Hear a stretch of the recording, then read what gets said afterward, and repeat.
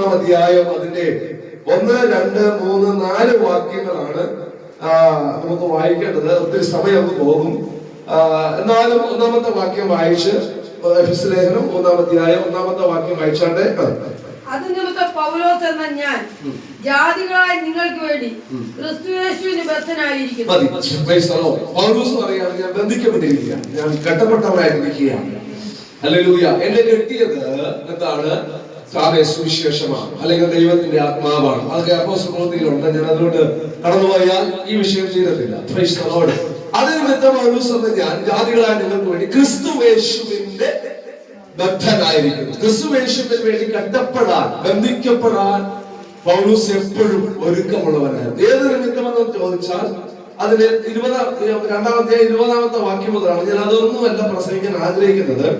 നമുക്ക് താഴോട്ട് വായിക്കുമ്പോൾ 3-ാമത്തെ വാക്യം, 3-ാമത്തെ വാക്യത്തിൽ എഴുതിയിരിക്കുന്നത്, ഞാൻ മീതെ ചുരുക്കത്തിൽ എഴുതിയതുപോലെ വെളിപ്പാടിനാൽ എനിക്കൊരു മർമ്മം അറിവായി വന്നു എന്ന് നിങ്ങൾ കേട്ടിട്ടുണ്ടല്ലോ. ആമേൻ. നിങ്ങളത് വായിച്ചാൽ ക്രിസ്തുവിനെ സംബന്ധിച്ചുള്ള മർമ്മത്തിൽ എനിക്കുള്ള ബോധം നിങ്ങൾക്ക് ഗ്രഹിക്കാം.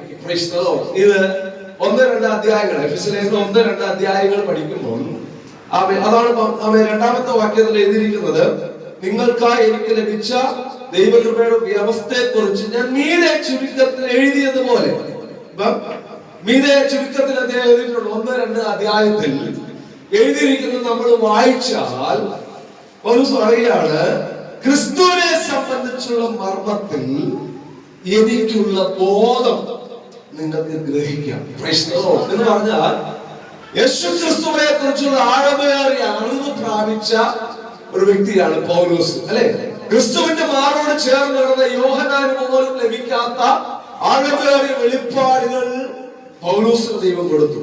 ഒന്നിന് പറയുന്നു, ദൈവസഭയിൽ ഇന്ന് ആചരിച്ചു വരുന്ന ഒരു കൂദാശയാവുന്ന തിരുമേശ, കർത്താവിന്റെ മേശ, അതിനെ കുറിച്ച് കർത്താവിനോടൊപ്പം ഇരുന്ന് തിരുമേശ ഭക്ഷിച്ചവർക്ക് പോലും വെളിപ്പെടാത്തതിന് പൗലോസിനെ വെളിപ്പെടുത്തുന്നു.